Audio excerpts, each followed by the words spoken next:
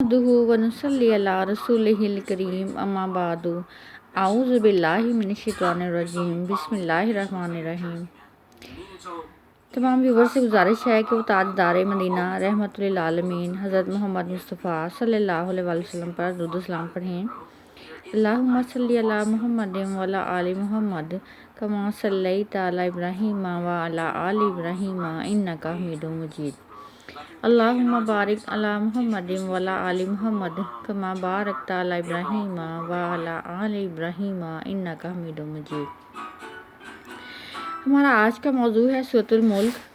سورۃ الملک کی ہم تلاوت کریں گے، نیز اس کے مضامین سے واقفیت حاصل کریں گے۔ سورۃ الملک کو پڑھنے کے بہت سے فوائد بھی بیان فرمائے گئے ہیں۔ سورتوں کی ترتیب کے حساب سے یہ سورت 67 نمبر کی ہے اور قرآن پاک کے 29ویں پارے میں موجود ہے، اور جن کی اولاد نہ ہوتی ہو تو وہ اولاد حاصل کرنے کے لیے تہجد کے وقت 2 رکعت نفل اس طرح سے پڑھیں کہ دونوں رکعت میں سورۃ الملک کی تلاوت کی جائے۔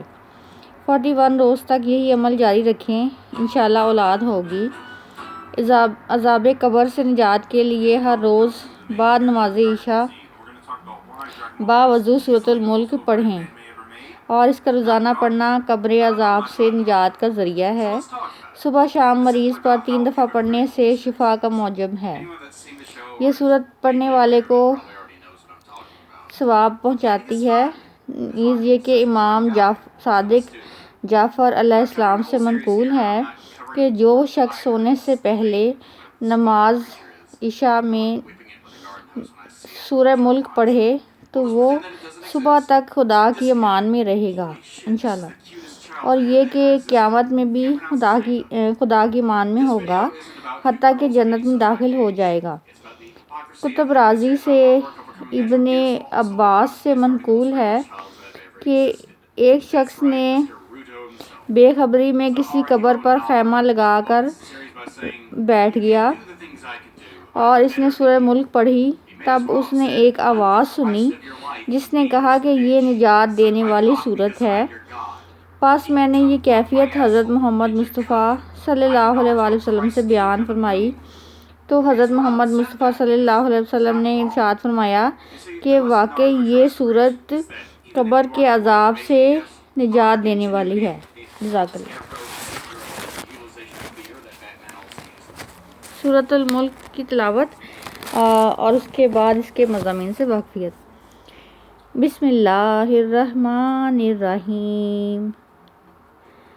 تبارک الذی بیدہ الملک وہو علی کل شیء قدیر الذی خلق الموت والحیاۃ لیبلوکم ایکم احسن عملا وہو العزیز الغفور الذی خلق 7 سماوات طباقا ما تری فی خلق الرحمن من تفاوت فارجع البصر هل تری من فطور ثم ارجع البصر کرتین ینقلب الیک البصر خاسئا وہو حسیر وَلَقَدْ زَيَّنَّا السَّمَاءَ الدُّنْيَا بِمَصَابِيحَ وَجَعَلْنَاهَا رُجُومًا لِلشَّيَاطِينِ وَأَعْتَدْنَا لَهُمْ عَذَابَ السَّعِيرِ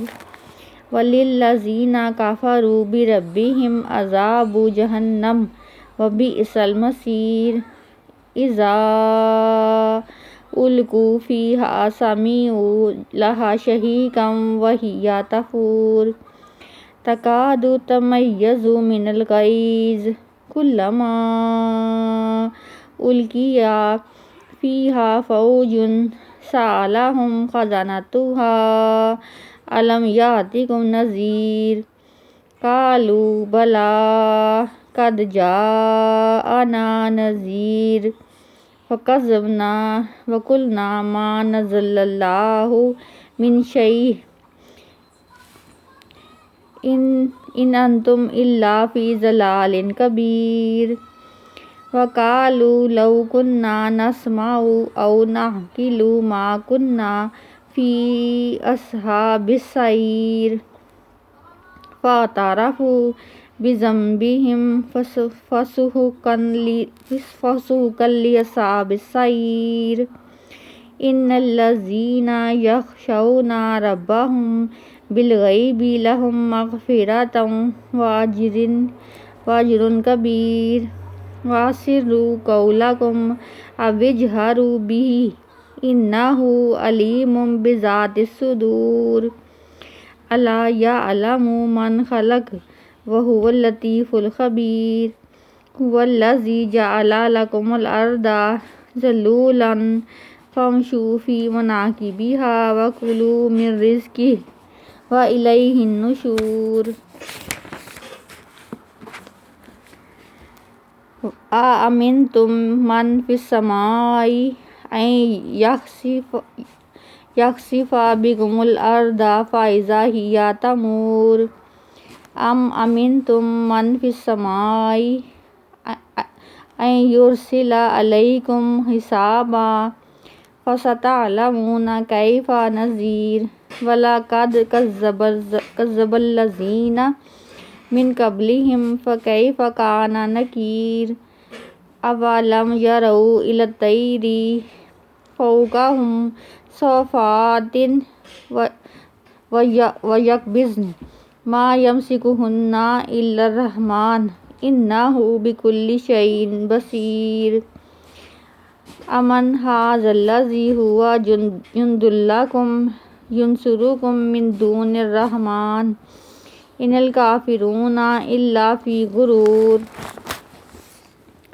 أمن هذا الذي يرزقكم إن أمسك رزقه بل لجوا في عمود ونفور أفمن يمشي مكبا على وجهه أهدى أمن يمشي سويا على صراط مستقيم قل هو الذي أنشأكم وجعل لكم السمع والأبصار والأفئدة قليلا ما تشكرون قل هو الذي ذرأكم في الأرض وإليه تحشرون ويقولون متى هذا الوعد إن كنتم صادقين قل إنما العلم عند الله وإنما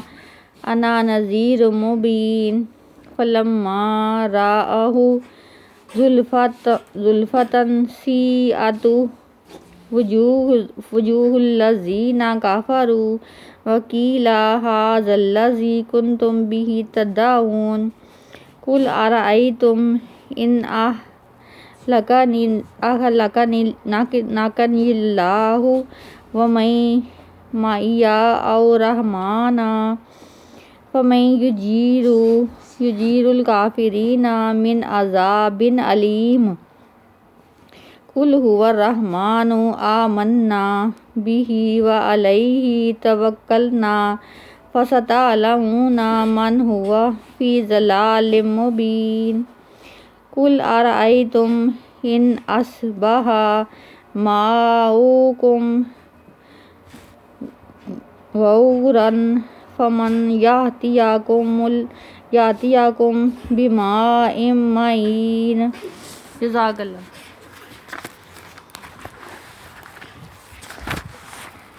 سورۃ الملک کا تعارف کچھ اس طرح سے ہے کہ یہ بابرکت ہے وہ ذات جس کے قبضہ قدرت میں ساری خدائی ہے اور وہ ہر چیز پر قادر ہے، وہ اللہ تعالیٰ کی ذات پاک ہے۔ یہ مکی صورت ہے اور اس میں اس کے بعد سے عمومی طور پر مکی صورتیں آئیں گی جو ہجرت مدینہ سے پہلے نازل ہوئی ہیں، اور ہجرت مدینہ سے پہلے جو صورتیں نازل ہوئی ہیں ان میں عقائد کا ذکر ہے، توحید، رسالت، عقیدہ آخرت، انہی کو اللہ تعالیٰ نے مختلف دلائل سے ثابت فرمایا ہے، اور اس صورت میں بھی یہی موضوع ہے۔ اللہ تعالیٰ سب سے زیادہ بابرکت ذات ہے۔ اس میں اللہ تعالیٰ نے 9 دلائل عقلی پیش کیے ہیں، ایک عام ہے اور 8 دلائل خاص ہیں۔ جس ذات نے ساری کائنات میں برکتیں بانٹی ہوں وہ سب سے زیادہ برکت ہوگی۔ دیگر مضامین کے ساتھ اس میں اعظم کا بھی ذکر ہے اور آزمائش اعظم کا بھی ذکر ہے۔ دنیا کے اندر انسان چھوٹی چھوٹی آزمائشیں تو دن رات بھگتتا ہے اور ان کا سامنا کرنا پڑتا ہے۔ اللہ تعالیٰ وہ ذات ہے جس نے موت اور حیات کو تخلیق کیا تاکہ اللہ تعالیٰ تمہاری آزمائش کرے اور اس دنیا میں آ کر تم میں سے کون ہے جو کہ بہترین عمل کرتا ہے۔ آزمائش وقتی ہوتی ہے، دنیا میں ہمارا آنا بھی وقتی ہے، اصل مقام ہمارا آخرت ہے۔ اور یہی نقطہ یہاں پر علماء نے پیش کیا ہے کہ پہلے اللہ تعالیٰ نے موت کا ذکر کیا، پھر حیات کا ذکر کیا۔ لکھنے میں دیکھیں تو عبارت یوں چل رہی ہے، ایسے لگا کہ موت حیات کے پیچھے چل رہی ہے۔ اشارہ یہ ہے کہ یاد رکھو یہ جو حیات تمہیں مل رہی ہے اس پر کبھی نازاں نہ ہونا، اس کے پیچھے موت ہے اور یہ ایسی لگی ہوئی ہے کہ ایک نہ ایک روز اس کو آ کر پہنچے گی اور یہ حیات کسی نہ کسی دن فنا ہو جائے گی۔ اس موت سے کبھی غافل نہ ہونا جو تمہارے پیچھے لگی ہوئی ہے، اب تو تم بچنے والے نہیں ہو۔ تبھی حدیث میں آتا ہے کہ رزق انسان کو ایسے تلاش کرتا ہے جس سے موت تلاش کرتی ہے، اور یہ کہ حضرت علی رضی اللہ عنہ فرماتے ہیں کہ موت زندگی کی حفاظت کرتی ہے، اس احساس سے زندگی محفوظ ہو جاتی ہے، ضائع نہیں ہوتی، کیونکہ ایک ایک قدم پھونک پھونک کر رکھنا ہے، قول فعل سوچ عمل کو اس کے مطابق کرنا ہے۔ موت آ جانی ہے، ایک ایک کر کے تجھے حساب دینا ہے۔ نبی پاک صلی اللہ علیہ وسلم کی حدیث ہے کہ مومن کو چاہیے کہ دن رات میں کم از کم 20 بار موت کو یاد کرے، اور یہ کہ اس طرح سے اللہ تعالیٰ اسے شہیدوں والا مقام عطا کرے گا۔ انسان پر فرض نماز واجب ہے، اور یہ کہ فرض نماز پڑھتا ہے تو فجر کے 2 فرض، ظہر کے 4 فرض، عصر کے 4 فرض، مغرب کے 3 فرض، عشاء کے 4 فرض اور 3 وتر، اس طرح سے کل 20 بنتے ہیں۔ ہر رکعت میں وہ سوچ کر پڑھے کہ میں نے یہ زندگی کی آخری رکعات پڑھی ہیں، اس کے بعد موت ہے، جس نے موت کو یاد رکھا اس کی نجات یقینی ہے۔ عقلی دلائل دیے اللہ تعالیٰ نے زمین آسمان کی وسعتیں، اور یہ کہ اگر تم صبح اٹھو پانی چاہیے اور پانی زمین کے اندر گہرائی میں ہو، اس کو نکالنے والا ہی کوئی نہ ہو، تو جو کوئی پانی کو نکال کر تمہیں پیش کرے یہ اللہ تعالیٰ ہی ہے جو پانی کو اس سطح پر رکھتا ہے کہ تم صبح کو اس کے لیے اپنے استعمال کے لیے نکال لیتے ہو۔ یہ پانی جس طرح سے تمہاری جسمانی حیات کا ذریعہ ہے، اگر یہ پانی نہ ہو تو تم فنا ہو جاؤ، بالکل اس طرح سے ایک روحانی حیات بھی تمہارے ساتھ ہے اور اس کے حیات کا ذریعہ بھی وہی الہی ہے۔ یہ پیغام موت ہے اور یہ پیغام برحق ہے، لہٰذا تم کبھی بھی قرآن پاک کے پیغام سے غافل نہ ہو۔ قرآن صادق ہے، اللہ تعالیٰ کا پیغام سچا ہے، اللہ اور اس کا کلام بھی بابرکت ہے۔ نبی پاک صلی اللہ علیہ وسلم کی تصدیق کر کے تم اپنی منزل کو پا لو گے۔ غفلت میں نہ پڑنا، یہ حقائق اللہ تعالیٰ نے سورۃ الملک میں بیان فرمائے ہیں، اور یہ کہ اکثر شعراء بھی اس حوالے سے بات کر چکے ہیں کہ موت کے آ کر تجھے فقیروں سے لینا ہے، مرنے سے پہلے ہی یہ لوگ تو مر جاتے ہیں۔ چنانچہ صوفی لوگ اپنی موت کو ہمیشہ یاد رکھتے ہیں۔ وآخر دعوانا ان الحمدللہ رب العالمین۔